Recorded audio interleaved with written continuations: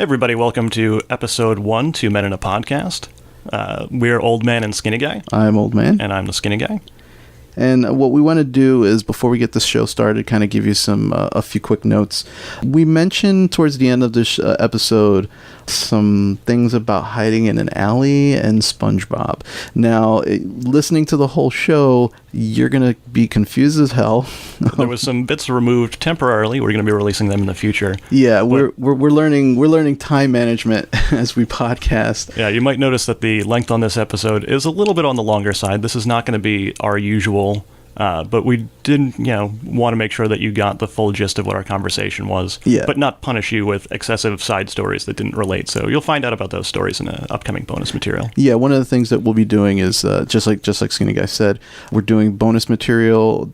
Just like these gems that come out of editing. We want to share them with you, but sometimes they just don't fit into the context of the show. So it's an hour and a half long. If you've downloaded the episode, you do know this. That's not our normal time. We're looking at keeping our episodes to be 45 minutes to an hour, but this one is a little long, so thank you for bearing with us and downloading us. We'd also like to give a special thanks to our first two Patreon patrons, Shannon Fiddler and Joey Carnes. They were kind enough to show us some early support here, so we just wanted to give an extra special shout out and thank you to them. Additionally, Joey is involved with a LARP game called Waerloga that's going to be running on September 22nd in Camp Warren in Columbia, New Jersey. You can find out some more information about their upcoming events, their ongoing events in the future, and their game in general on their website. We'll put some links below. Yep, you'll find all that stuff in the show notes. You'll see some pictures and things that we did during the interview. Additionally, I'd like to invite everyone to come check out Skinny Guy's bulletin board on our website. That's where we're going to be starting a conversation directly with you guys. Get some feedback, get a conversation going, learn about what's going on in your gaming circles and in your gaming communities. Yeah, we'll also pick a few off of the bulletin board to actually mention at the beginning of each episode. But if you're a patron, you also get that as a priority, so just bear that in mind. That's why we did just mention Waerloga, so thank you, Joey, for starting by letting us know what was going on in your game. Yeah. We'd like to do some additional thanks here. There's 2 podcasts. Those folks at these podcasts really helped us when we were deciding to put this project together with a lot of advice, a lot of notes on what we should do, kind of mistakes to look out for, things like that. Yeah, all our mistakes are unpreventable by them, and they're completely our own. But we do want to thank them for taking the time out to kind of sit down with us and give us the benefit of their experience. So the first podcast is Raging Chicken Press. You can find them at ragingchickenpress.org. They are based out of we're in Pennsylvania, but they do a lot of news about progressive liberal media, so they were able to sit down and talk with us. And also Inside 254, those folks they're just amazing. They sat down with me, they had a quick breakfast with me and gave me the benefit of their experience as well. They're at Inside 254 site, site.wordpress.com, and both of them you can find them on iTunes and Podbean as well. Yeah, we'll also put some links for them in the show notes as well. Absolutely. So with that, we don't want to belay this anymore because you're already going to be listening to us for an hour and a half. Thank you for downloading episode 1, 2 Men in a Podcast, and enjoy the show.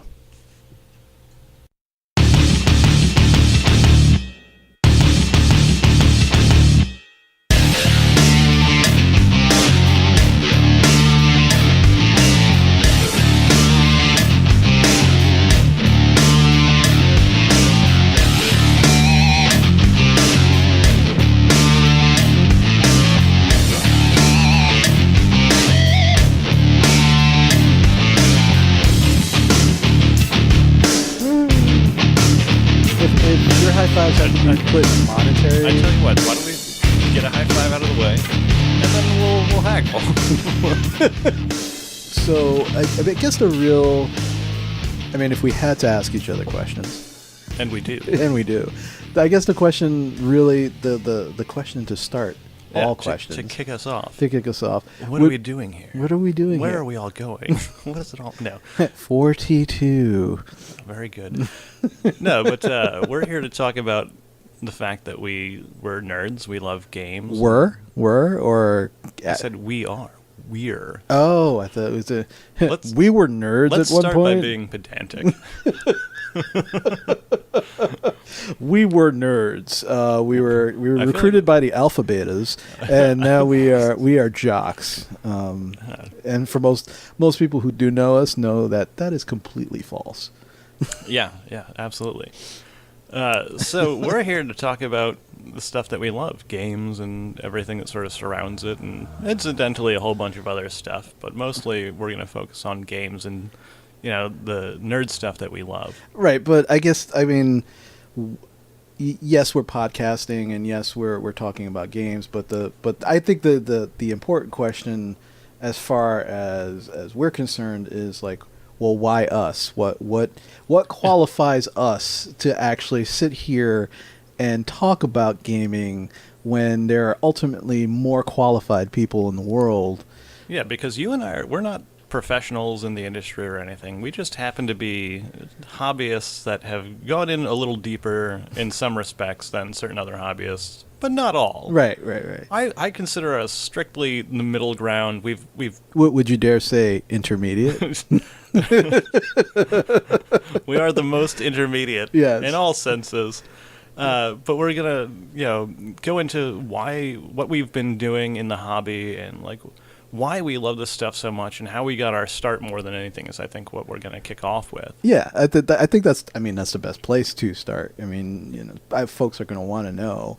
Why don't we start with sort of like how we got into gaming in general and what was it that like got us interested, or so for you, what was your start? What was the first like games you remember really liking and playing? Ooh, so for me, I think we'll delve into the world of video games first, because for me, some of my earliest memories were of the both the Atari 2600 and ColecoVision, and mind you, they didn't belong to me. The Atari 2600. Quick question: Yes. Did you play anything other than baseball on the ColecoVision? No, it was just baseball. Yeah, I too, in my limited experience with the ColecoVision, only have ever played baseball. Yeah, it was, but it was like, so the Atari 2600 belonged to my parents, and the ColecoVision belonged to my uncle. I'll start with my uncle because the whole range of games that he had started and ended with baseball. But his ColecoVision was behind a glass cabinet with a little lock on it. Was there also like other baseball paraphernalia back then? No. It was just the ColecoVision and all the accoutrement of the ColecoVision, which entailed the little paddle. The paddle wheel, the dial pad controller, and the insert. Yes, that went yes, over. yes. That had the little baseball diamonds. Yes, on it? exactly. Yeah. So all of that was in the cabinet, and it was he only took it out when his kids went to sleep.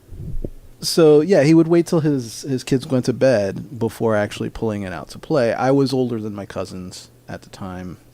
I'm thinking like I might have been like maybe 11 or 12 years old at that point. Okay. But it was, the ColecoVision, he took it out, would not let me actually touch the controllers, but would let me tell him when to hit and when to. So I guess I played by proxy. The baseball and the really, you ColecoVision? got to watch your uncle play because no one is got that sharp of reflexes to wait for a 12-year-old's sporadic announcement of swing. Well, yes, that and Do you think maybe it was just close enough that you had the illusion of choice? Yes, I think that's exactly what it was. A deep gaming topic, the illusion of choice. Then there was the Atari 2600, and this was very weird because thinking back on it, like as I said, it belonged to my parents. The game So that this one was not in a shrine. In no. someone else's house. This was in the house. It was on top of the TV. I was not allowed to touch it without parental wood supervision. paneling on that Atari? Oh yes, Nice. oh yes. Nice. And I still. Did it match the walls? No, we didn't have wood Okay. paneling in the house. But we definitely. I still remember like the very definitive click every time you would turn it on with the steel peg that kind of came out for the on-off switch. Oh yeah, it was an old school toggle switch. Mm-hmm. Yeah. Because my experience with the Atari was well after it had seen its day. And, like, we're talking the era of, like, you know, the Genesis, the thing... The Sega Genesis? No, not the Sega Genesis itself, but there was a peripheral that you plugged into the game slot. The Dreamcast? No, it's like that's a totally different system. It's like Right. the 32 something. It was some kind of thing that like bumped up the polygon count that it could deal with. Okay, I'll trust you on that. I don't Yeah. It would be delightful if I could have just named it. Yeah. But someone someday will listen to this and Yeah. shout Yeah, I angrily mean, at their Yeah. headphones. Or they can shout at their headphones, or they can actually go on our Twitter and Yeah. and just yell at you and say, "Hey, you idiots! Yeah, it's called this thing." But it was at the era where like advanced peripherals for the Sega Genesis were coming out that from like a garage sale or a flea market or something, Okay. you know, his parents picked up an old Atari with a bunch of random games. And we fucking dove in. Like, I've played me not much Pitfall, but an amount of Pitfall that I enjoy Pitfall, by which I mean fuck Pitfall. Yeah, I remember many frustrating hours of sitting in front of that. Dude, fuck those crocodiles. where the Those hell fucking they were. crocodiles, man. Anyway, so your Yeah. parents, you weren't Yeah, allowed to touch it. yeah, I wasn't allowed to You touch it weren't allowed without to play parental, Pitfall yet. parental supervision. And the initial games I remember them having was Combat, which had was it like 80 something variations of kind of the same game where you had the little tanks that they can shoot in a straight line. Was it one of the turny dial? No, that was Kaboom. Okay. That was Kaboom. Kaboom was there was a mad bomber dropping bombs, and you used a paddle to basically catch the bombs in a chimney. I think, if I remember correctly. Oh, because if too many bombs went off, you lost. Yeah, you were catching. Right. So that was Kaboom, which my parents did have, but Combat was your basic along the lines of Pong. There was 80 games. It was like it has to have been like 80. It was a lot, and they were It was all 80 slight variations on the same game. Yes, it's Yeah. exactly That's what Atari did. So it was the first one was like 1 player in this maze, and then 2 player in this maze, and then 3 player in the same maze, up to like four players. I think 4 players was the maximum. Right, and then in that particular maze, if you shot something, it was absorbed by the wall. But after your 4th variation, the 4 players, it would jump back to the 1. But in this map, With that a looks new familiar. It looked exactly the same as the last map. But now, when you shot, it bounced at least 3 or 4 times. Yep. And the subsequent 3 modes were increasing number of players. Exactly. again. Yeah, you guys see. Yep. So you see where I'm going with No, this. no, So, yeah. I've played me some Atari. Oh yeah. So it was Combat and Kaboom. That's what we started with. And my father, he worked for I don't know if I can actually say where he worked. He worked for the federal government, and he didn't have he wasn't like a fucking spook or anything. Yeah, he was equipment services. Like he fixed machines in the building, whatever. They have a library, and in the library, they actually had Atari games that you could actually take out from the library. It's kind of like a rental set, but you work for the federal government, so you're not paying anything. You just had to return it in a certain amount of time. Yeah, So- you had to log it out and right. bring So, it back. so every now and then, my Anyone father. went looking for it, and they found out you were the last person to log it out. Right, exactly. And so my father would come home with all of these different games that we never kept, but they, Was that a wink I heard in your voice? I guess I don't. I as wasn't. far as you know, you actually never kept, because you were like, that we never kept is what I heard. No. Literally, we never kept when we stopped playing Atari, we stopped actually, using the system.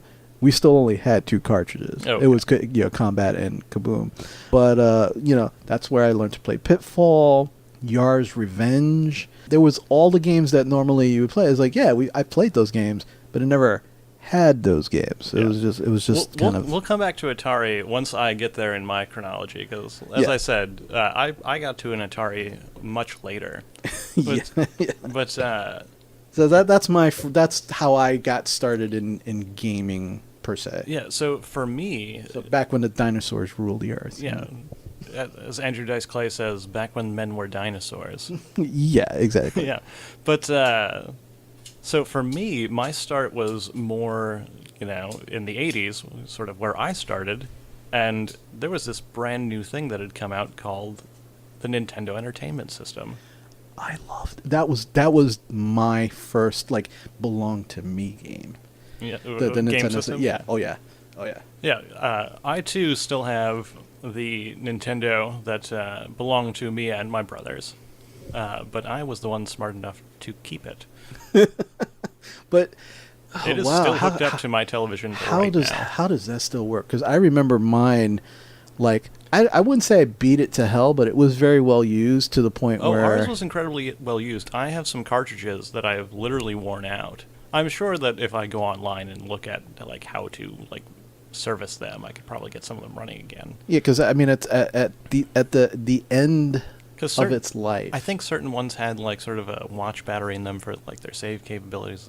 I'm not sure. I've never actually dove down that well too much. Well, I don't know about that. What I was actually referring to, at the end of my Nintendo's life, it was to the point where when I would put a cartridge in, I would have to get a butter knife and kind of wedge it in between the cartridge and to keep it just to make the contact. To make the contact so it would play.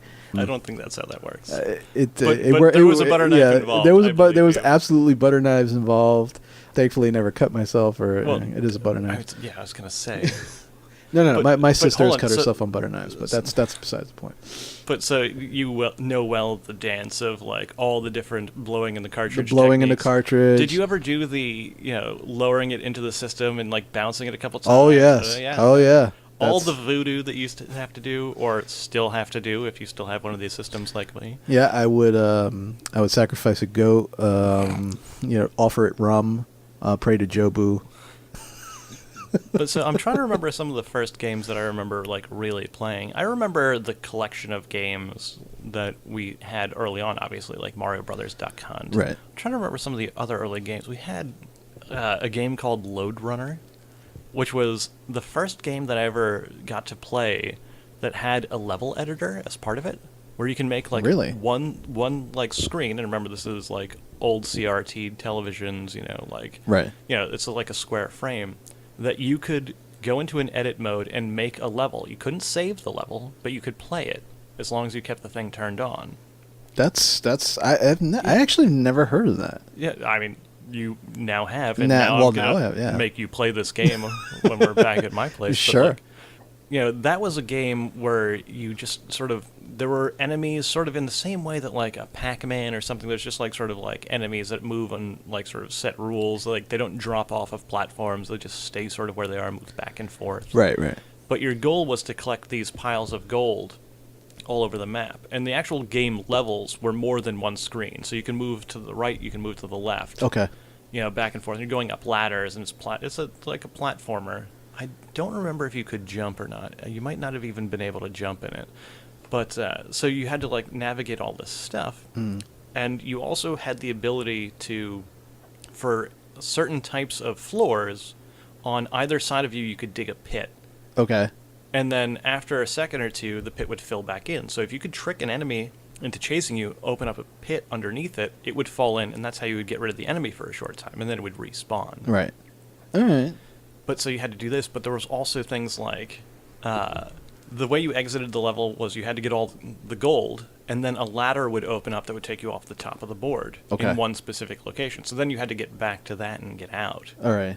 So is this sort of platforming, puzzle, maneuvering? Right. Is that something you played with your brothers, or? Oh was yeah. it- So I remember the first Christmas that because we had a bunch of games that were all of ours. Right. But for Christmas or birthdays or something, maybe we would get a Nintendo game. I remember the first time, and maybe I had a couple more. I mean, I own all of them now, blah har har. Yeah. But I remember the first Christmas that I got a Nintendo game that was mine, and it was a game called Maniac Mansion. Okay.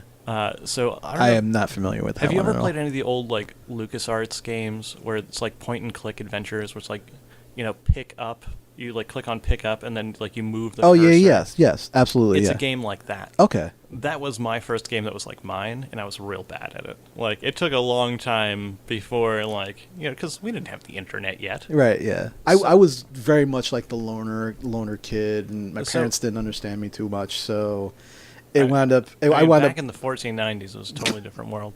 Well, But- yeah. but a game that I remember getting taught when I was young, and I don't remember, I had to have been like 9 or 10 probably at this point. Okay. And maybe it was younger. I don't even remember when I actually learned how to play, but I was taught how to play chess. And this is probably where my interest and love in strategy games comes from, Right. because I was tremendously bad at chess. Because like everyone is. I when they still first start. am. I'm still terrible at chess. People that don't actually study chess are most likely are in the grand scheme not great at chess. Right, you can right. learn some basic things as you go. Everyone learns the same like couple of openings or whatever. Right. But my father taught me how to play chess, and I really, really liked it. I was not good at it, and like he would beat me all the time, but he Right. wouldn't like trounce me. He would beat me and be, give me a chance to like take my time and figure out. He would encourage me to look at different things, Right. Right. That's cool. But I remember that I got way more interested in chess than my dad. He's working full time. Gets home from work and he's tired. And I'd be like, "Hey, Dad, you want to play chess?" And like maybe he'd say yes, or maybe he'd say like one game. Right. Right. And he Yeah. was fully in control of how long that game would take. Yeah. I was like, I'm gonna play with you right now, but I'm gonna go. I need to go to bed in like half an hour, so this game's only gonna last 10 minutes. Yeah, exactly. But at the same time, like I don't know what it was. Like I ate it up, and I remember like at one like Christmas or something, I forget who it was that pointed me at my one uncle that was a chess player. Right. And then he's like, "Oh yeah, you go play with your uncle." I was like, "Well, what do you think he wants to play?" It's like, "Oh yeah, he wants to play chess." And it went over, and then he kicked my ass. Yeah. But again, then he would teach me other little things. Right. Like, no, you got to make sure that you're protecting and this, that, and the other thing. So that was probably the first game that ever really got me excited about playing, sort of things that involve strategy and thinking. Right. Because it's more than just, rolling dice and see what place I get to move to. Roll and move has sort of a connotation to anyone that actually plays games now. It's not a mechanic that's like sought after. Right. It doesn't enhance a game in any way. It's just like a weird restriction. Like, yeah, it can add complication to a game with more going on. Right.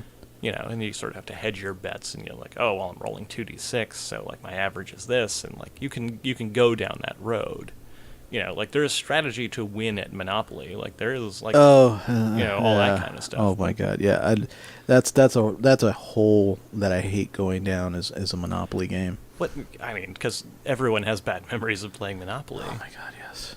But you Oh, know yeah. what? Like I can't say that Monopoly is a good or bad game because I actually learned later that I've never played a real game of Monopoly by the Monopoly rules. And I think a lot of people that get into gaming sort of like find out like, oh yeah, if you actually look at the rules of Monopoly, if someone doesn't buy a property, that property goes up for auction to everyone, including the person that didn't buy it. Right. And like that's where the game of Monopoly happens. Yep. And I've never done that. Most Free parking? people haven't. Free Most people. parking? You don't get all the money in the middle of the board. There's no money in the middle of the board. Right, It's yep. just supposed to go back to the bank. Like, Yep. yeah, it's just like one of those things. Like, oh, Everybody played Monopoly with different rules. Yeah, make it quote unquote fun. But you know what? I've played many games of Monopoly, but it's not that became my favorite game. I want to say 90% of every Monopoly game that I've ever played, regardless of what rules were used, usually ended with one or two people quitting and It's and an a board unreasonably long game, and a board flip. especially when you don't play with things that accelerate it, like that auction. Yeah, and a board flip or two. Like that's usually that's like, oh, I guess we're done. So, sort of in the same avenue as chess, but different, more board gamey. A game that I remember having forever was Stratego. I was a big fan of Risk. I loved Risk. I've played me some Risk and Risk variants. I've, more recently played some of Risk Legacy. We had a running game a couple of years ago. I bet we'll get back to it. The same game. Oh yeah. Yeah. Well, Risk Legacy, it's supposed to be like a campaign board game. Right. But like I think maybe in my life I've legitimately completed maybe 2 games of Risk. because that game goes on forever. I love that game. That game is. But it's the same roll and move thing again, though. Mhm. Like, the way you win at Risk is just pile your dudes and then just overwhelm much smaller groups and then just make sure that you have a massive advantage, and that means the game goes for Forever. days. Like, Oh yeah. I'm trying to think about some other, like, so we had a lot of, like, variants of Clue growing up and that kind Yeah. of thing. And for a long time growing up, it was very common. Like, Which more is also an awesome movie, by the way. That's a fantastic I love movie. that. I love that movie. One of Tim Curry's finest roles. Yes, absolutely. Of which there are many. But for a long time growing up, I actually wasn't interested in playing board games because there weren't that many kids that I had, were in my neighborhood. Like, I had one kid that was sort of like my best friend in the neighborhood, and I was always go hang out over there. Right.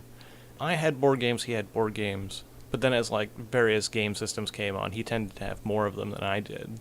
Like, I think I went from having a Nintendo to the next system that we owned was, I think, when PlayStation 1 came out, my oldest brother got one. Okay.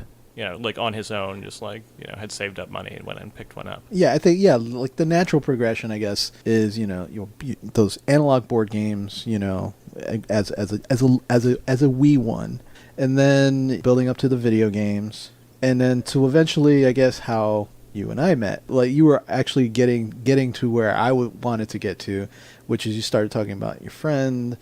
Now people are being included into this gaming community. Now there's other people that also like this stuff. And it's like, oh, I didn't know. But for me, that never happened with board games. That happened with live action role playing, with LARP.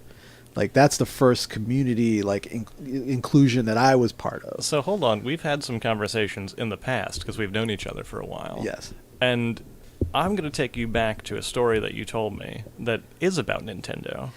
Oh, is this the Mike Tyson's Punch-Out? It is. So Yeah. for me, board gaming really became more interesting when I had more than, like, my brothers to play with. Because you're young, you've got young siblings. That is not a recipe for, like, spending several hours cooperatively doing an activity. Right. Yeah. My friend would have, other board games like Fireball Island and other things that were, like, mostly toys on fold-out board or whatever. Right. Shooting, little disc shooters to blow up other battleships and stuff like that. For you were talking about playing Mike Tyson's Punch-Out. Yeah. And that was one of your first Nintendo games that you had, like, That was in your mine, house. yeah. Because you were saying, like, the first game system that was yours was the Nintendo, right? Right, yeah. And that was one of the first games that I got for myself. That was interesting because playing by myself, I couldn't get past King Hippo. And Is he the second or third? I don't remember the progression. It was like groups of 3. Like, you beat the first 3 guys, and then you had your little training montage. Was it 3 groups of 3 or something? 3 groups of 3, right? And I think he was in the middle Someone group. was yelling at us because we got that wrong. But continue. Yeah, he was in the middle group.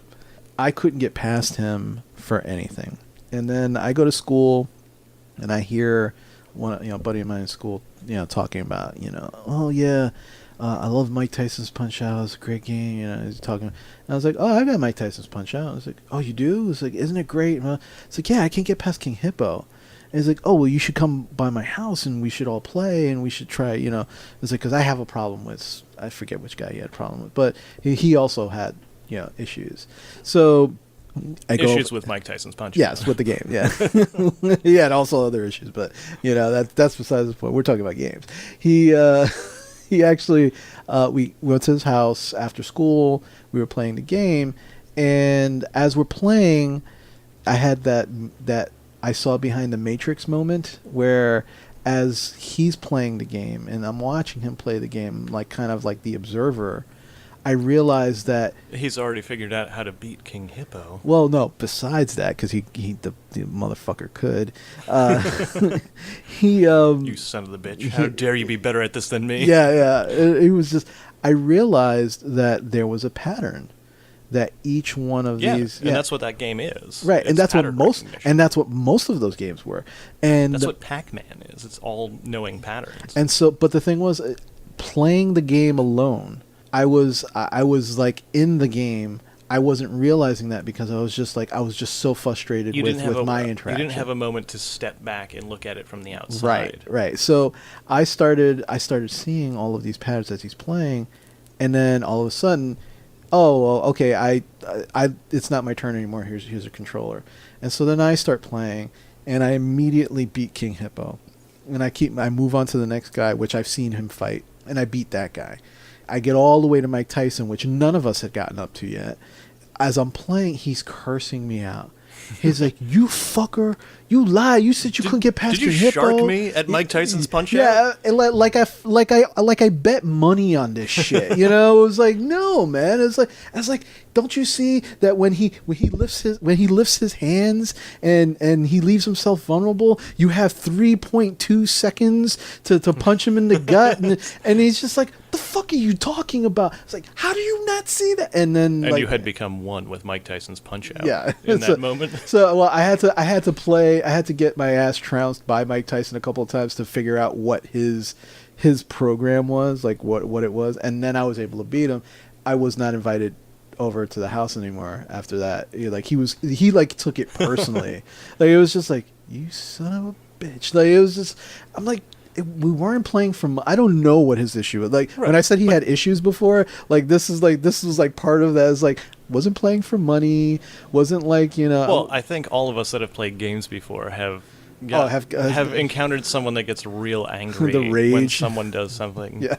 You know, the game rage. Yeah, that's where table flipping comes from. Mm-hmm. But I think where I was jumping back to as we were starting to get into, you know, LARPs and, you know, sort of where we met, Right. was community. And it's learning from other people. I was talking about it a little bit when I was talking about playing chess. You know, it started with my father. It went on to my uncle when I was very young. And then when I was in sort of high school and early college, me and my friends, you know, we suddenly had access to cars and things like that. You know, but we're still young. So we would Right. go to, like, coffee shops and stuff like that. And what do you find in coffee shops? Coffee? Well, yes, and also mild entertainments, Yes. such as chessboards and things like this. Ah, yeah. You know, or like the stack of Trivial Pursuit questions that we were very bad at initially, but oh my, did we spend a lot of time at that coffee house? Yeah. And then we were Trivial Pursuit experts Yeah, I never saw for like. whatever set it was. I Yeah, couldn't even well, tell that's you. the thing. I was like, I think the only chessboards I ever saw growing up, initially, was like in is it Washington Square Park? Is yeah. the one in the Village where it's just Well, like, that's the one in Searching for Bobby Fischer. well, yeah, but they're all over. They're Yeah, all it's- over in certain parks in New York City. Because you are from New York. Yeah, New York City originally. You grew yeah. up. Oh my God! I grew up in Brooklyn initially.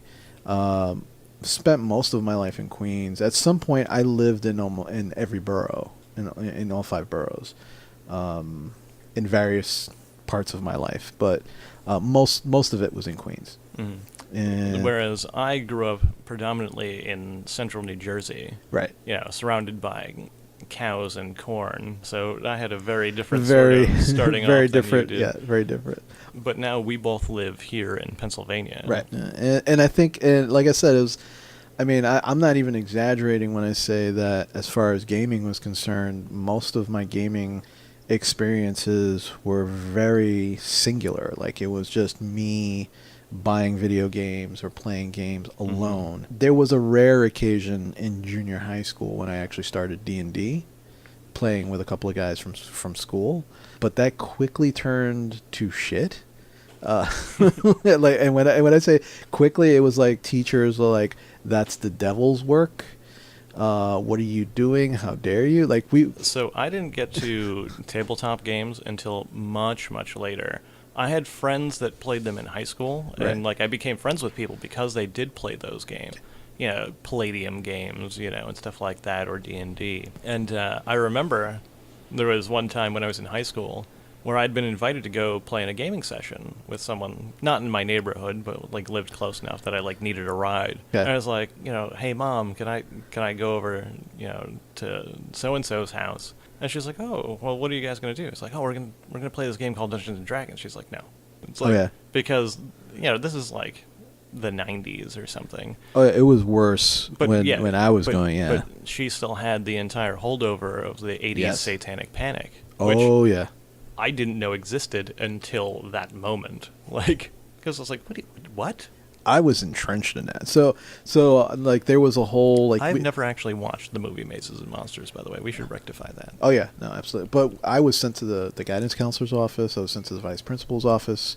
We were trying to do it at lunch, and we got like I want to say we got like maybe 5 or 6 sessions in before a teacher the teacher who's like monitoring the lunchroom just kind of like has his hands behind his back and it's just like Patrolling the table. right, and he's just kind of looking down and seeing what the students are doing, and he just kind of looks at it, and then that was it. He just flipped the fuck out. So that was like the beginning and end of Dungeons and Dragons for me as far as when I was that age. Mm-hmm. And then again, very singular, just buying my own games, playing games like first person games, that kind of thing, until bringing it back to however long ago, yeah, to LARP.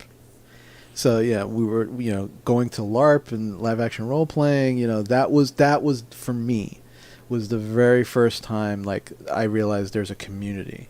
Yeah, when you're getting, however many people, depending on the size of your game together, anywhere from like 20 to, 200 people. Right. Depending on, you're going to Europe and going to a giant fest game, those games get thousands of people. Oh yeah. But yeah, it's like my first game. Well, the way I got started was I did some apprentice leatherworking for some folks at who did some stuff at the New York Renaissance Fair in Tuxedo, New York. They were I don't honestly I don't remember if they were experienced LARPers or they had been to a number of games before. So they were. That would be experience.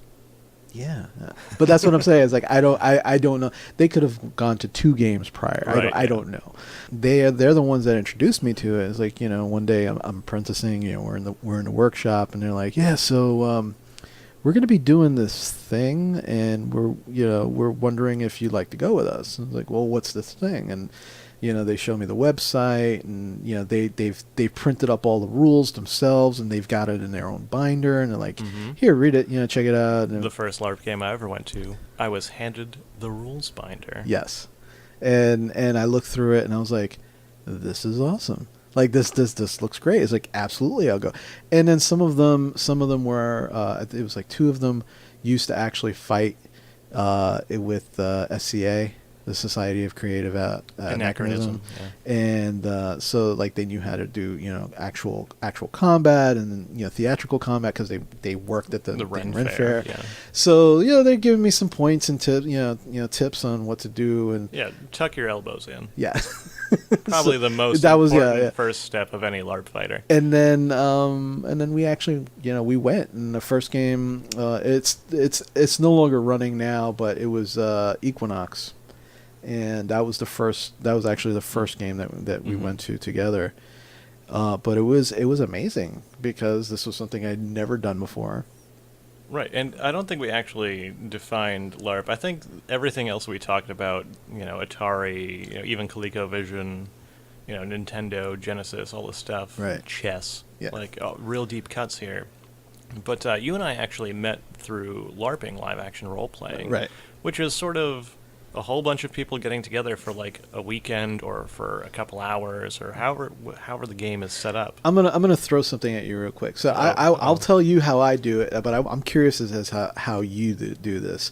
How do you explain to someone who has never LARPed before what it is? I'll tell you how I do it, and it's not the greatest, but So from what mentality? Because I've actually been on staff at a game where I was the new player liaison, and I had to explain to parents that had no idea where their 16-year-old daughter wanted to go with her boyfriend for the weekend. Right.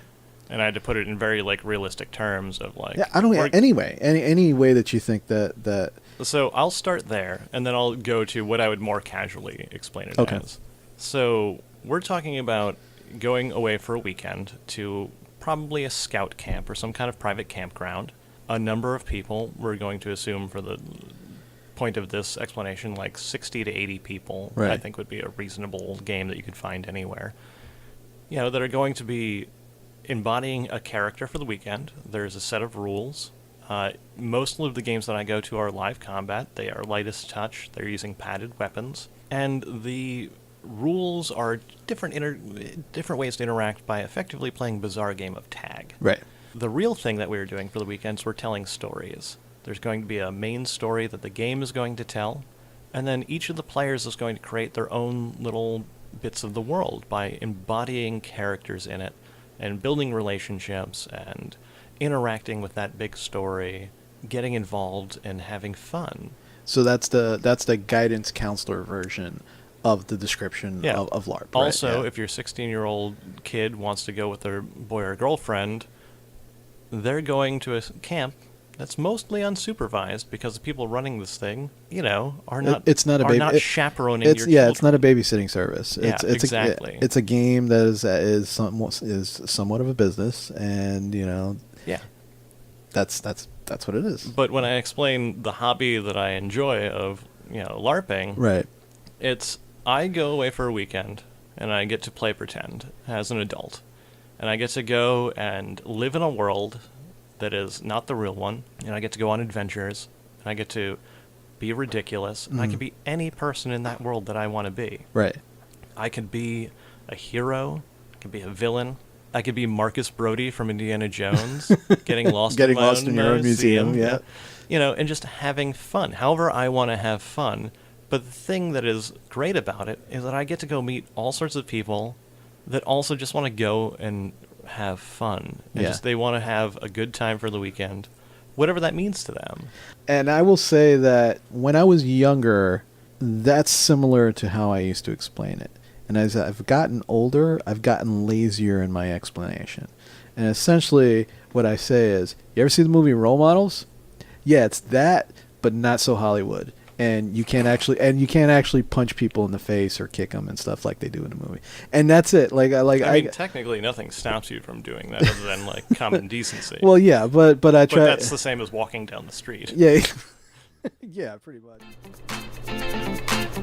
Hey, are you digging on the smooth sounds of Old Man and Skinny Guy? Look, what I'm really asking you is, do you like what you hear? If you like what you hear, become a patron. You can go to our Patreon page at www.patreon.com/oldmanskinnyguy and find all these nifty rewards that only you can get as a patron. You'll get access to all of our episodes and any bonus materials earlier than when they're scheduled to drop. You'll also get some sneak peeks at some artwork and video that Skinny Guy and I are putting together. And let's face it, that contribution also helps us to stay sustainable. All we're looking to do is to keep providing an avenue for the gaming community and also entertainment as well. So again, if you like what you hear, become a patron today at www.patreon.com/oldmanskinnyguy. And now, back to the show.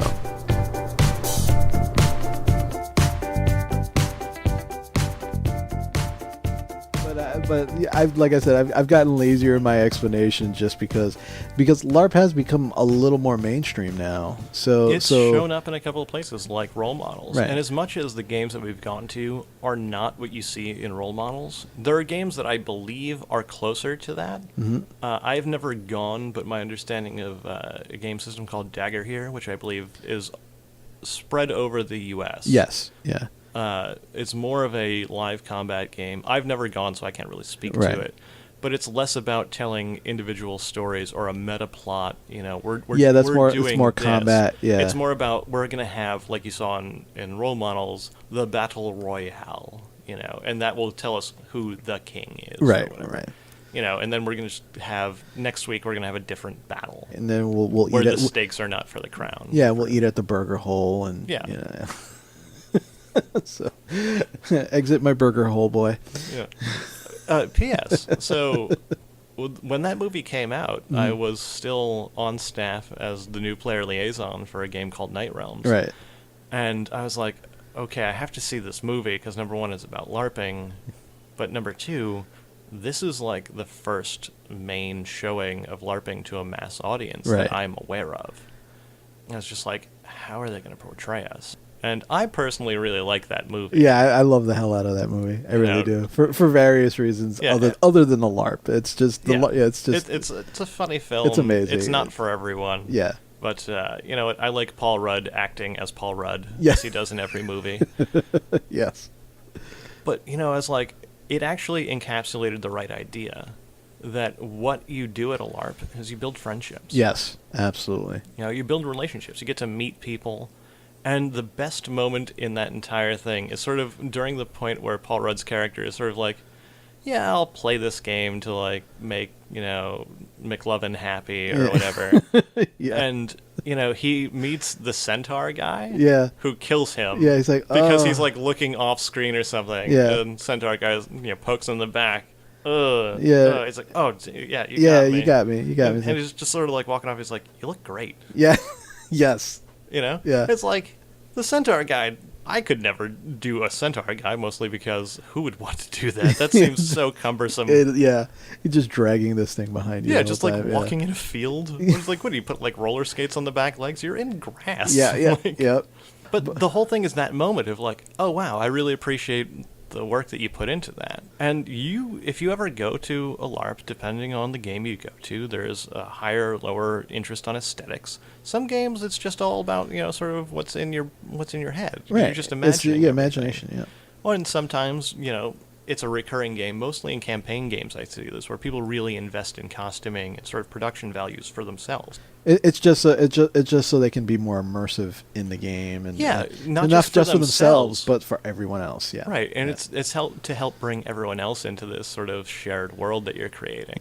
So yeah, and that's one of the real things that I love about live action role playing, about LARPing, and it's just all of those friendships, all of that community that is built within it's like these little sub communities that actually become a larger community. Some would call some of those sub communities cliques, and that's a whole other thing that we can get into. That's it's not necessarily a bad thing though. No. There's definitely groups of people that I've met through playing games that have become very close friends of mine. Right. Not because like we're the cool kids or we're like the outsiders or whatever. It's because no, those are people that like have the same sort of outlook that I do, that share my interests. Right. That like I can get excited when they're excited about whatever it is going on in their life or in the game or what have you. And that's the biggest thing is there are people that it's very easy, especially initially when you get involved with a LARP, to get sort of caught up in it. And get caught up in the fantasy of it. And I think that's sort of where it gets a negative stereotype. Yeah, these people are out of touch. It's or whatever. escapism, but some people... And I will come down strongly on the side of it is escapism. Mm-hmm. It's a place for people to go and find catharsis in some way. Right, there's nothing wrong with it. You get to a point where it can be unhealthy. And that's right, but there's everything on Earth baseball can become unhealthy. No. Well, where I was going with that was that's why the community is so important, because the community will tell you, it's like, hey, listen.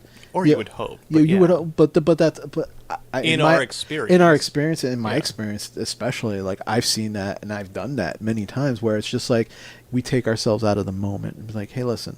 Let's dial this back a little bit. This is getting a little intense, and you seem to be taking some of this personally, or whatever the situation is. I actually want to hang, a hat on that thing that you just sort of brought up there.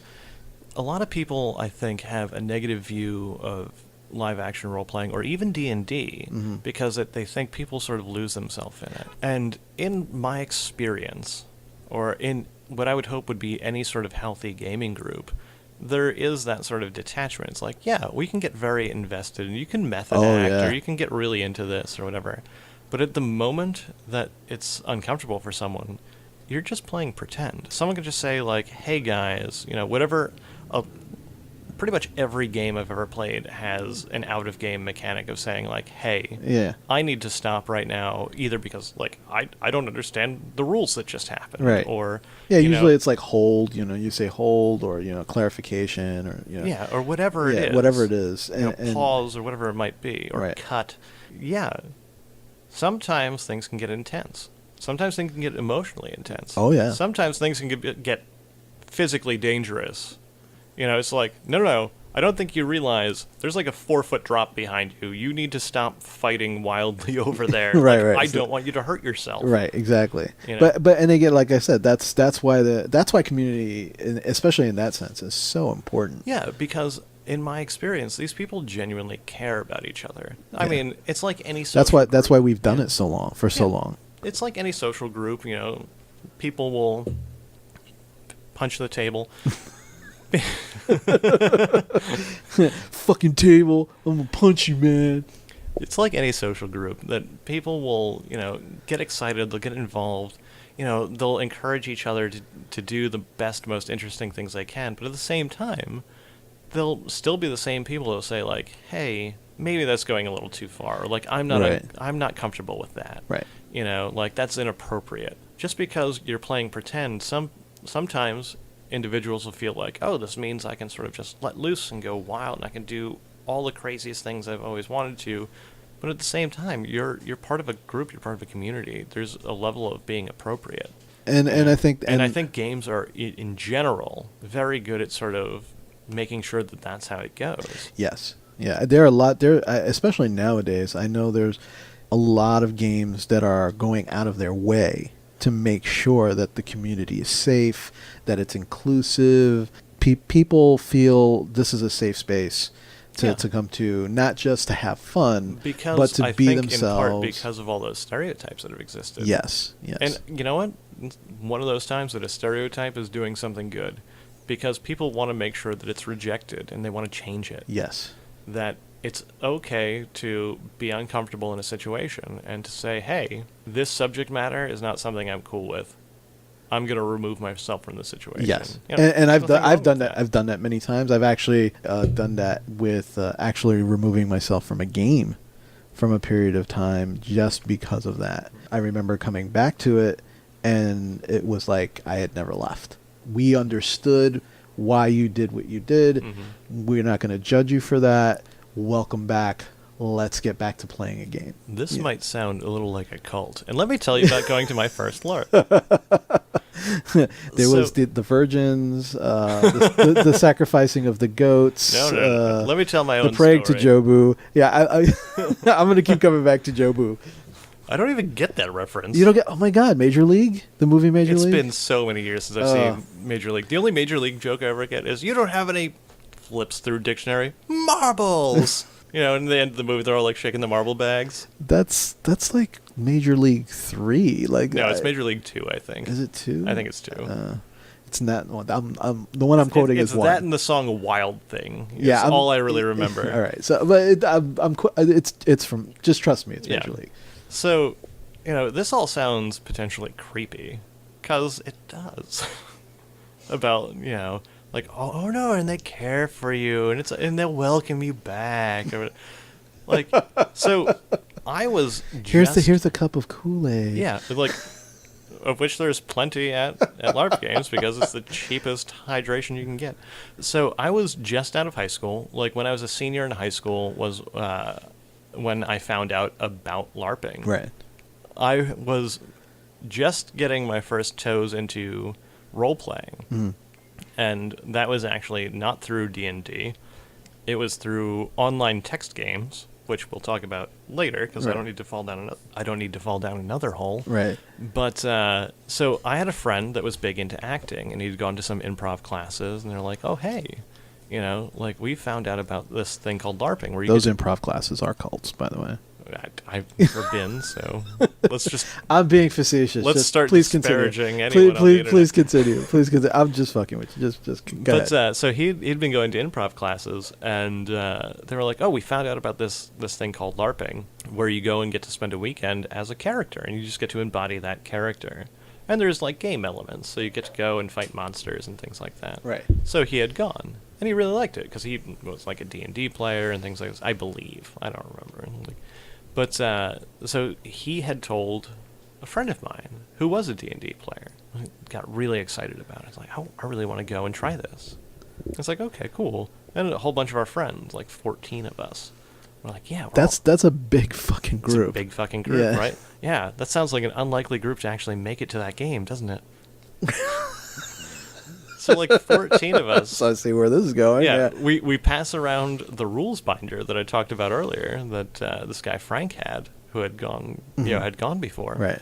And like, I remember, like, we had it like during math class or whatever. I'd sit there and like I'd flip through this like rules binder. I'm just literally reading this thing over and over again because I've never read like a role-playing game rule book before. Right. And I'm just like trying to parse it out and figure out, well, like, how does this work? Or like, what? And then like I sort of had a moment eventually after like reading through. I was like, oh, I think I get it. And you know, like, until you go to a LARP game, you'll never know if you figured it out or not. You probably have. It's not actually that hard. I was an idiot teenager. But I was like, no, this sounds really cool. I'm going to play a ranger. I get all these abilities. I'm going to do all this stuff. And I'm going to be Aragorn, except Legolas. You know, I'm going to play an elf ranger, and it's going to be awesome. And then, like... Legolorn? Whatever. Whatever your slash fic character is. Asparagus? I was going to play Asparagus. The ranger.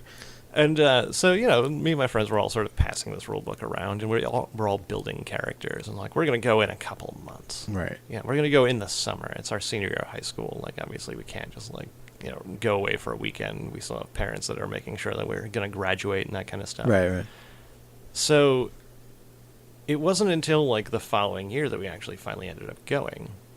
And from the 14 of us, 3 of us went. Damn, that's a big fucking drop-off, man. But here's the important thing that happened in the interim. When there were still 14 of us, like 12 of us were going to play a ranger. So you were all going to be like the Ranger Guild or something? I don't know. What it came down to was I found out that like 11 other people were also playing Rangers. I was like, no, fuck that. I'm not going to be one of a dozen people playing the same damn thing with the same 2 abilities to start. Like, whatever it was. I was like, you were all going to pull a bow and arrow at the same time. You were all going to loose the arrow at the same time. Yeah, I mean, which, to be fair, would be kind of cool. Yeah. But it would just be like, well, if... except none of us were going to have a bow and arrow because we were like teenagers and none of us knew how to do archery yet. It was like, yeah, but that's the best, you know, it's like, oh, we got to go... It's not the best. No, we got to go out and kill... Back then, that was an awful weapon. For each arrow you shot, did 4 damage in a game where like 100 body existed. Oh. Okay. Maybe like 60 body. Never mind. And a sword could swing 2 as fast as you could swing it. Just that's a recipe. comparable. Yeah, that's a recipe for that game's rules have since significantly changed. Yes. But anyway, so what I ended up doing was I decided I wasn't going to play a ranger, obviously. Not with 20 million rangers. Yeah. So I was like, you know what? Probably going to do this once and never do it again. There's thinking positive. Yeah, well, no, because it's like, I don't know if this game is going to be a weird cult. Right. Because the joke we had running was like, look. You guys were building up this cult thing in your heads. Like, even though you were joking about it. I went to a Catholic school. Well, there's your explanation. Yeah, exactly. Yeah. Like, we're all, like, paranoid, you know, it's like, hey, guys, middle-class white kids. I hope this isn't a cult. It's probably a cult. Dude, I have a fun Jesus addendum to when we actually get to the... So, anyway. I love that. Jesus addendum. Dude, it's incoming. So, anyway, I decide that, like, you know what? I'm probably only ever going to do this once. And, like, I was sort of a self-conscious kid. And, like, I was involved in, you know, like, the marching band or whatever. So, like, I'm not the coolest kid in school, you know. But, you know, like, I was involved in the spring musicals, not on stage, but behind the scenes. You know, like, strangely enough, doing the sound. Ooh, I don't edit this podcast. Prophetic. That's the old man's job. It sure is. But I decided, you know, I like singing when I'm alone. I'd like to try and like challenge myself and get up in front of some people and maybe try this, see if I can get over that. Right. So I decided I was going to play a bard, where the mechanics were like, yeah, you cast spells, but like the thing you have to say before your spell effect can happen is like so many syllables of music. And you know what? I can do 8 syllables. Of sing song. Like Mary had a little lamb. Yeah, except not that dumb. Yeah. I honestly think I mostly started with like Simon and Garfunkel tunes because I'm weird. Yeah. Don't go simple or anything. No. Just complex dual harmonies by myself. Yeah. But so anyway, like I changed to that. Right. You know, and I eventually went, and it took me like I went more than once, obviously. Right. But it took a couple of months before I actually got up in front of like a group of people and actually like sang. Gotcha. And I got very positive feedback because apparently I don't have an atrocious voice. Okay. You know, and that was very like positive for me. But the Jesus addendum, let's go back to Yeah, arriving. let's get to the Jesus addendum. So 3 of us end up going. Right. And we're coming from Central Jersey, and we're driving about an hour into Pennsylvania to go to like a state, park, to like a Boy Scout camp or whatever. Right. Or like I don't even know what it is. It's like a state park camp. You know, we're in college. We all have off on Friday, and the game runs from Friday to Sunday. But Right. the game's really not going to start, supposedly, until like 10 o'clock. Reality, that game, our first event, didn't start until about 2 o'clock. Okay. Because Just- LARPs are not necessarily organized things, and back then, more so. Right. Not punctuality was not priority. Yeah. Yeah. But so anyway, we show up in like the afternoon. We show up at about 4 o'clock, so we're like well ahead of the curve. Like most people aren't out of work yet. We just happen to be college kids that had the availability to go up and do it. So we get off the highway and we're following signs to this park. Then we get into the park and we're following signs to go to the particular camp that the game is taking place at. And we notice as we get to the first sign, there's a little sign plunked in the ground underneath it that I forget what it was actually called. We're just going to call it Happy Jesus, Fun Camp or Happy whatever. Jesus Fun Times. Yeah, Happy Jesus Fun Camp was happening this way. And it was pointing At the where you had to go. Yeah. And then the next 3 signs, Happy Jesus Fun Camp was also going on. It's like, hold on, was this like, this is a different cult than we thought about? Like, is this just like, We're here to recruit you we're for the here to Catholic try and Church. catch sinners or whatever? Like, Yeah, getting involved in these satanic role-playing It was a games? sinner catch and release program. Yeah, like through, whatever through it the was. church. Yeah. So it comes down to, like, either we have to make a left or a right. Our camp is to the right, but Happy Jesus Yay Camp is to the left. And we all had, like, a sigh of relief. It's like, we don't have to turn around now. Good. And then we went and we met a bunch of, like, weird dudes that turned out to be pretty cool guys. But we were just, like, really weirded out after Happy Jesus Day Camp. So, like, and we weren't sure we were in the right place. So, like, we pulled up to the first building we saw, and there's, like, 2 dudes that were coming down. Right. And this will mean nothing to our listeners, but it was Quags and Derek. Okay. Not the most straightforward nerds you'd ever think of. You know. Right. Pretty large dudes. Yeah, pretty big dudes. Yeah. Like not wide dudes, like tall and tall and sort of muscular dudes. Right. And so we pull up and we get out of the car. We're like, "Hey!" And they're like, "Hey, what are you looking for?" It's like, we're looking for this thing called Night Realms." And there's like a beat where I'm just like, these people are like, "Oh no, I think you want Happy Jesus Day Camp across the way." And they're just like, "Oh no, you're in the right place." And it's like, "Okay, cool." Yeah. And just like, we had literally hours before anything was going. There was like maybe 5 people on site. And it actually turned out really well because we got to just like meet a bunch of like sort of stable players that had been going at that point that were there to like help set up. Right. Yeah. I But always it was like, yeah. it was night and day between like, Happy Jesus Day Camp and the weird like sort of cult thing that we had as a running joke where we were just like, look, if we get there and it's a cult, number 1, we're leaving. Number 2, if it's a bunch of huge nerds in bathrobes going, "Hail, Lord Zoltor, we bow before your mystical might," we were also going to leave. Because that sounds dumb. Right. But what it turned out to be was a bunch of people that are just like, "Oh no, like I love these games where you get to like travel around and like fight monsters and like get stronger and like go on adventures," and that's what it was. Right. And just be these characters Yeah. for a weekend. Yeah, my experience was somewhat similar. We went to the game, but I wound up, until I actually started playing Night Realms where we met, I actually played very makeup intensive characters.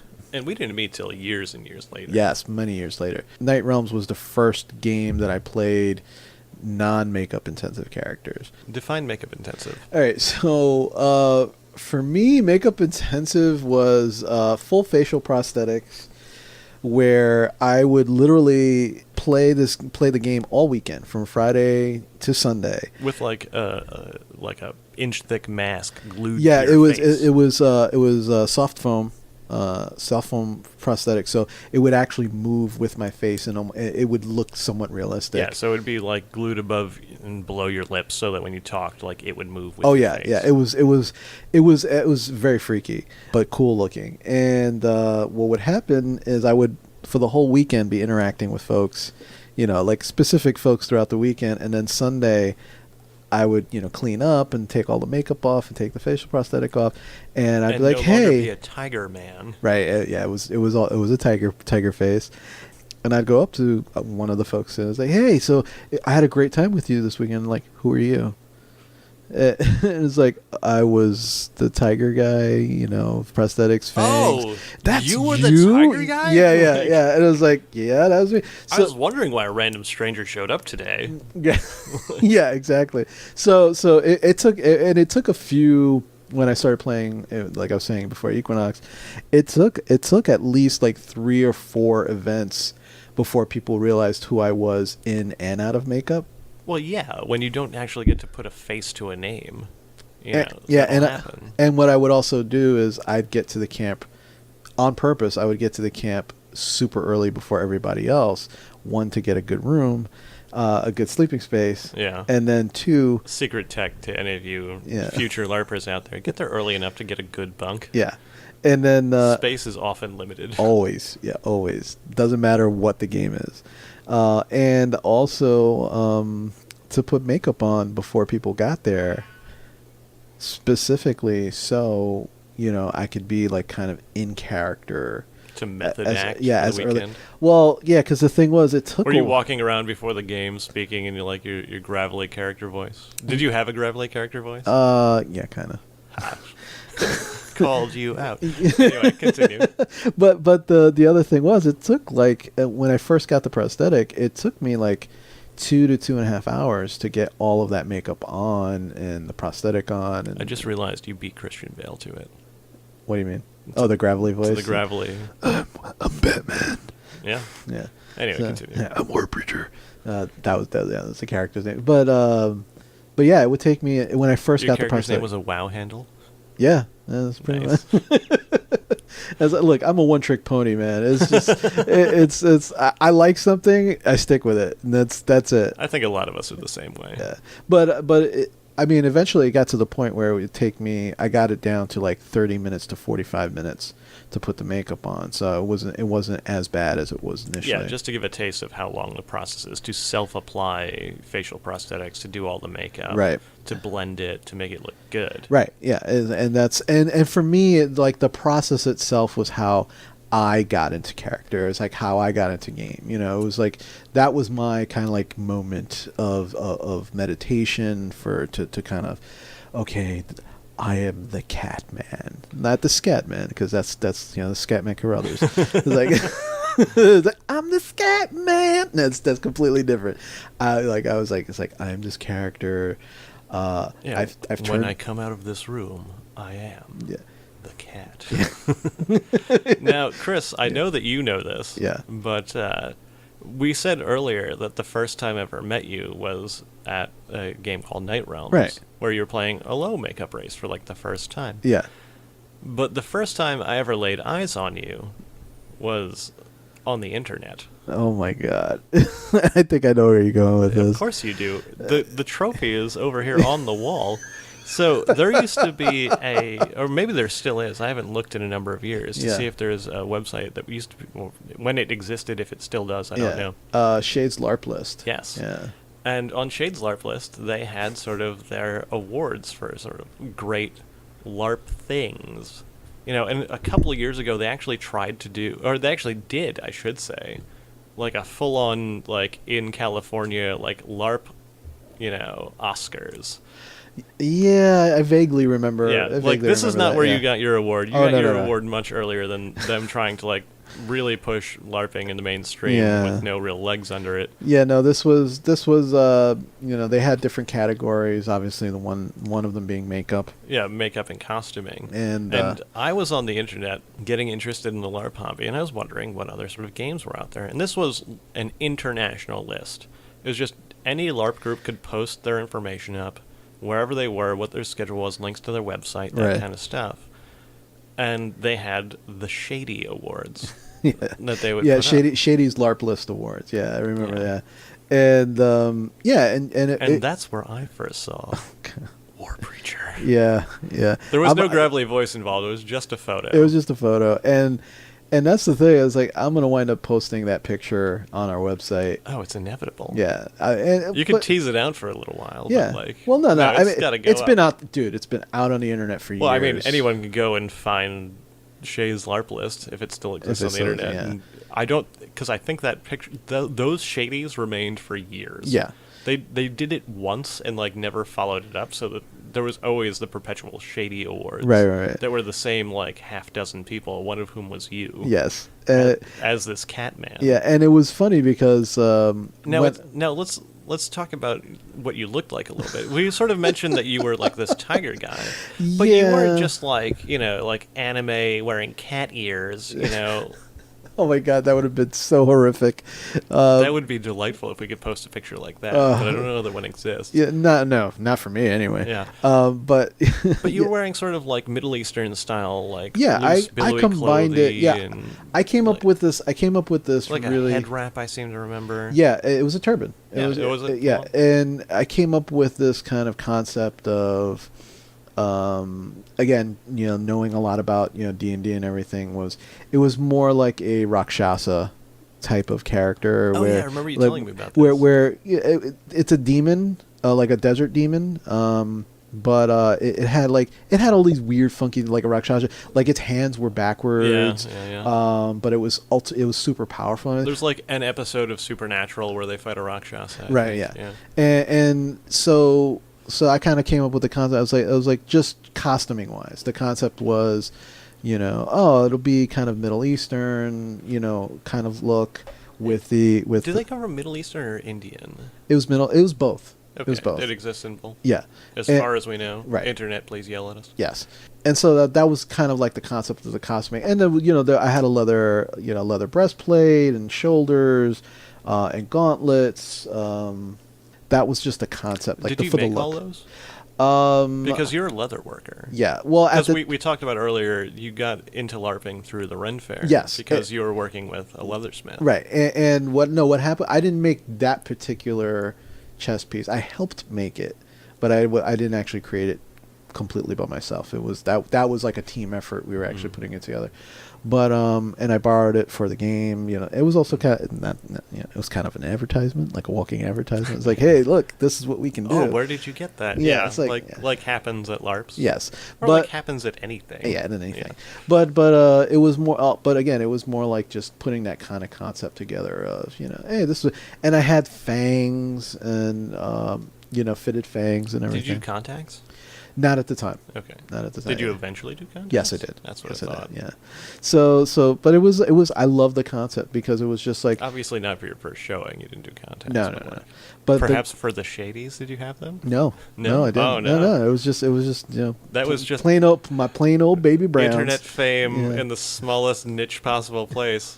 Yeah, but that was the thing. Like I was submitted not it. enough to get contacts in there. I submitted it just for the shit of it. Like I was just like, I'm not gonna win this thing. This is, because it was by popular vote. People. It was just like who was ever registered on the site. Were you doing the village Halloween parade at that point?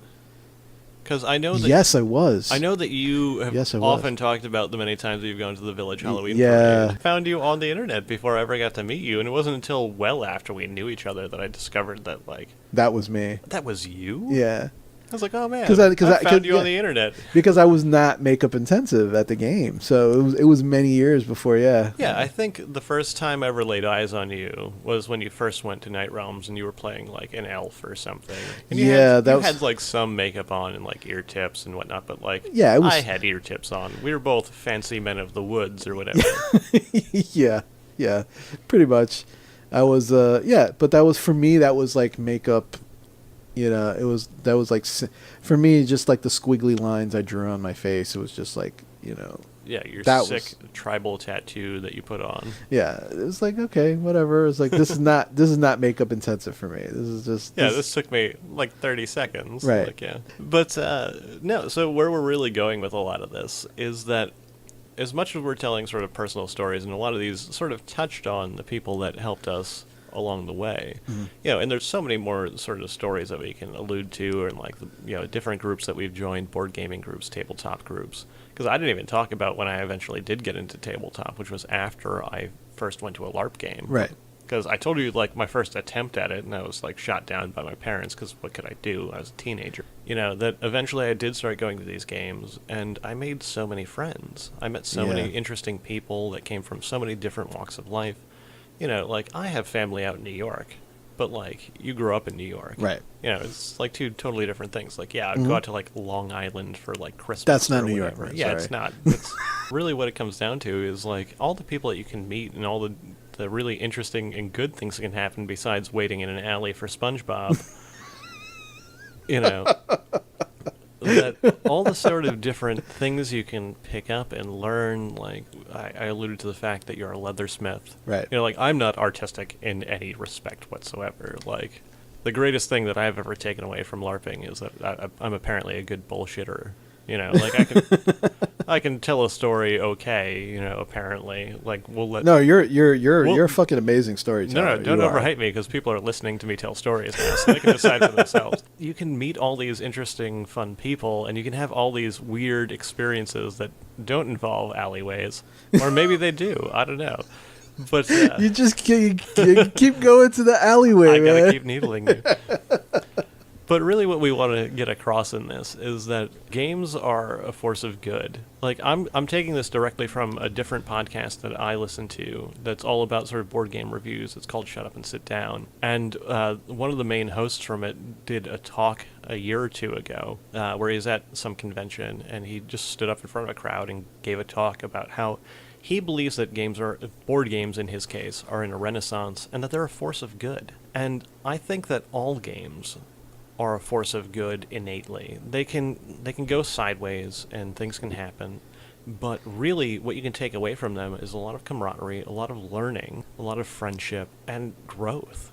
And that's sort of what I think we really want to go for when we're talking about this. We might tell ridiculous stories, and not every story is sunshiny and happy. Sometimes Sometimes we're waiting in an alley for SpongeBob. Yeah, no, I wasn't gonna get say it. it I that time. I was I going to leave a pregnant pause. I beat you to it. It's all right. This is really what we want to do. We want to sort of get to know people out there. We want to hear about what's really getting you excited, what's getting you involved in your gaming community, what's the thing that you guys are interested in. Right. We're going to tell you about what interests us, where we are right now, because right now you and I are not particularly active in the LARP community anymore. No, like, I mean, still periodically go to some games. Yeah, I stepped back a little bit, just, I mean, it's something that I do periodically, just kind of to recharge myself. And Yeah, and I mean, you've been LARPing even since, I think when you first started, you already had a family. Yeah, like my kids were like infants. I think Peter was maybe my oldest, my son. He's Your oldest son. my oldest son, my only son. He is, I think he was maybe 1 or 2 when I started. When you started. When I first met Peter, he was probably, like 10? And I met No, him. no, you met him when he was 12, going on 13. Okay, Yeah. yeah. So he was in his young teenage years, Yeah. and still wild-eyed and hilarious. Yes. And we can tell that story Those are- because I met him at Night Realms, Right, at yeah. the LARP where you and I met, and Yeah. then by that point you and I were friends, Right. But those are funny stories. But we'll get into those another time. But yeah. What we really want to do is encourage people to give this stuff a try. Like, if you're interested in games, obviously that's probably why you found us. And, we like games, we like various nerd things, we like movies, and we're going to talk about all that stuff. Yeah. But, what we really want to encourage people to do is go out there and give all these different things a try. If you've not tried them before, if you tried them in the past and you sort of, gave them up or whatever, maybe you liked board games when you were a kid, but you haven't played them in a while.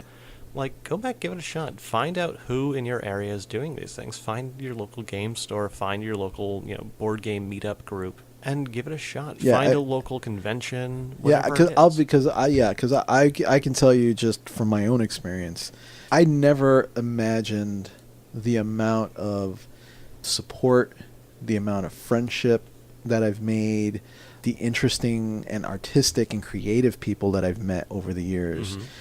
just through gaming, just through whether it's LARP or what have you, that it's never in my wildest dreams that I imagine that these kind of people would be in my life. And I don't think that you and I would be doing the stuff we're doing today if it wasn't for our interest in this. Absolutely, Because, like anything, when you meet people, when you meet anyone that's got similar interests to you, you feed off of each other and you grow. And it really helps you develop your sort of understanding of those things. Right. For me, a lot of that came down to just like meeting interesting people, but also meeting people that were interested in sort of like games, and like much more than you, I think. I'm interested in like game systems and rules, and I find that very interesting. Yeah, I'm more of the story about the characters. And as much as I like story as well, I much earlier than actually no, I can't even say that. I was going to say much earlier than you, I decided I didn't want to save the world every month going to these games. Nope, you absolutely beat me to that. I know. From day one. Yeah, and that's really, we can talk more about that in the future, but that's really how you and I became friends, because neither of us were really interested in like. We're not here to save the world. We're here. I saved the world 7 times in the last 7 months. You know what? I'm done. I was like, let someone else save the world. Like, I'm realizing what I really like doing here is not that. What I like doing here is hanging out with these people, telling cool stories. Yeah. Going down our own little rabbit hole. Playing in the space. Right. Well, and again, I mean, that's the great thing is our rabbit hole winds up becoming larger. Because I was like, oh, I didn't know I could do that. Yeah, I was like, I thought I had to save the world every single time, but those guys don't care. They've got it covered. Yeah, they got it covered. It's like, I want to see what they're doing. Let's go check that out. And then you and I are both like, because we are who we are. We like playing in the space. Yes, it's like, oh yeah, come on over. We'll talk. Because I think when we first met at games, as we said, you were very much already like, I don't need to save the world. I'm going to do this other interesting thing. And, from a larger standpoint, you were a side story for a lot of people. Yes, yeah. Anyone that interacted with you could sort of go down the rabbit hole of what you were about. But at that time when you and I first met, I was very involved in sort of like, this is the main thing that's going on this weekend.